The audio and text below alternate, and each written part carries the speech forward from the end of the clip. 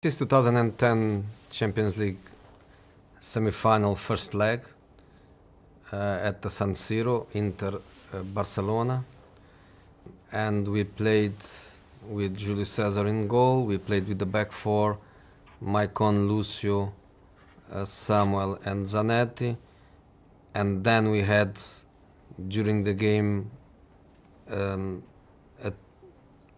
different positioning in relation to the movement of Barcelona players and to our analyze of our difficulties, and after also analyzing our possibilities of hurting the opponents. Is a two leg.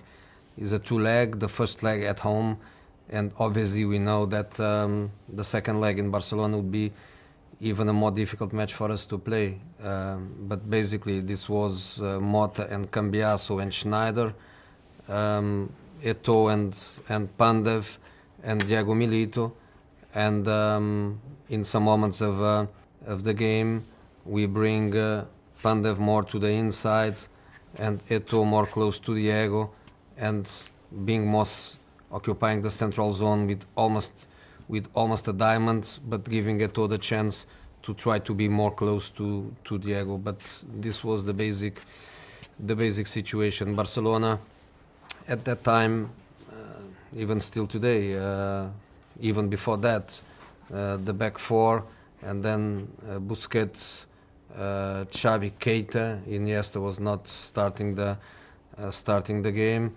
and then Ibrahimovic was the striker. This was Pedro, and this is the guy, I forget the name, some player that they had there. Messi. This was the guy, and was with him that we started by analyzing and trying to predict the game and trying to anticipate the problems. At that time, they had Ibra as a 9 and fixing the center backs, and Messi was playing from the right, but obviously with the freedom to go to many different areas. Dani Alves was the player to go forwards all the time and to try to create this situation here. Our decision basically was what we are going to do when this situation happen, of Messi going in between the lines and Alves going forward. Are we going to get Zanetti on Messi, but then he will be dragged out of position, and then Alves will be all the time in here, and then Pandev or Eto'o, they are going to end playing almost as left back. How are we going to resolve this situation? And the situation for us was very, very clear, which was he cannot play alone when he come in between the lines. So this player here must be a player totally in control of this area here, always in communication with the left back, and there is a moment where he becomes yours and I stay in the zone. But if in a certain moment you were attracted by other positions and Messi goes into these positions in between the lines, you have to decide to go. But then if you decide to go, you have to defend Alves.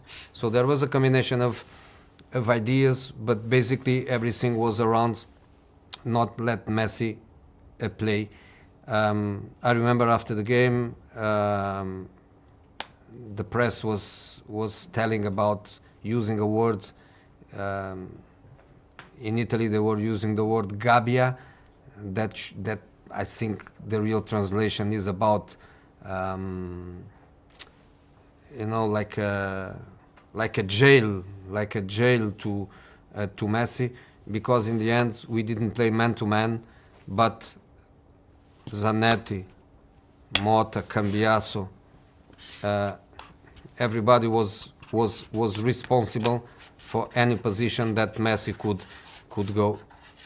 Even if Messi sometimes was trying to go more to this side here, he would always go and then Schneider was going to close. So our defensive approach was based on this positional problem, and probably the only positional problem that we had. A part of that, we just need to be really compact, and don't give them too much space. They are going to have the ball more than us, much more than us, obviously, because many times they were moving the ball without hurting, and we must be mentally strong to cope with that. Let them have the ball, but not creating many chances for us. The second part of the plan was exactly how to hurt them, because it's a first leg at home. We need to win the match, we need to score goals. Obviously, that's the strategy to try to hurt them was in our attacking transition, the moment we recover the ball. And we knew, of course, the way of their building up, going with Alves and Maxwell forwards, really wide, and giving lots of spaces. And then, because we were always trying to make it compact and bringing Pandev, Etu all to the inside, and to make it a very compact area, letting the ball go to the sides, and then when they define the side, then we decide that this is the trigger for us to press. And the point in here was, even if we don't have the wide player in a clear position to attack these spaces behind Maxwell and Alves, was to get players into these positions. From the compact block we had, not to be afraid to attack these spaces where we are going to hurt them. And we had Maicon, that was absolutely phenomenal that night, attacking these spaces against a player that we knew very well, Maxwell. Very strong with the ball, but not so strong in the recovering of these spaces. Alves, of course, the culture of Barcelona was for Alves to go always in depth, and attacking the spaces that normally opponents were going to give them because of Messi coming to the inside. And then we needed to attack these spaces where Puyol and Piqué, they were very exposing, and we knew that they were very strong on the defensive transition in the opposition half. So we knew that the places where they lose the ball, they were very strong by trying to press and push it up and close every possible space. But then we knew that also, because that was not the kind of challenge that they had to face week in, week out in the Spanish league, they were not so good coping with the spaces. And we had very fast people. We had very fast people attacking the spaces, and we had people with the right mentality and the right coaching of arriving into these positions. So we were fundamentally going from a defensive low block, but going very strong with 3, 4, 5 players into attacking positions in the transition, and it worked. I think it worked, and it's quite hard to say when we had 30% of ball possession and the opposition had 70, but I think we were more close. We had more chance, not chances, but opportunities that we can read. We had more after the 3-1. We had more chances to score the fourth than to be really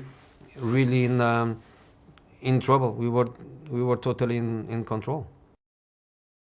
The second goal is exactly what I was saying before. Barcelona very strong and very well educated to the moment they lose the ball to try to press and to try to kill immediately the opposition counter-attack, because this is the area where they want to play all the time.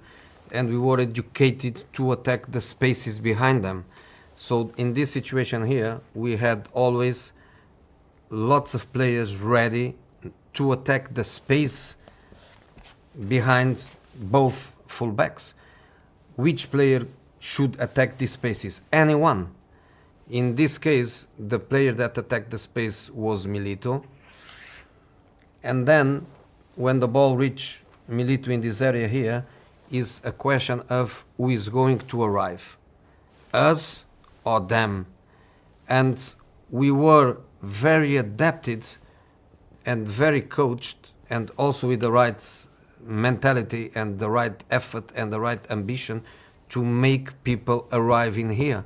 So when the ball gets into a player here, in this case was Milito, now the point is, looking at this, how many whites, how many oranges are going to get into the scoring position. And I know that this is the guy that is going to arrive, which is Maicon, is going to arrive in here. But we have also, to give sequence of this, I think we have also Pandev and maybe Schneider also coming. So we after that ball to Milito, we managed to put 2 or 3 players more. It was Schneider and Eto'o, or Schneider and Pandev arriving also here, plus the incredible run of Maicon. How many of them they were arriving? It was more difficult for them. I think Keita, Busquets, they couldn't cope with this run. I think Maxwell and Messi or Pedro in this position, they never thought that Maicon was going to arrive. So the second and the third goal, they had this similarity of us hurting them in the attacking transition.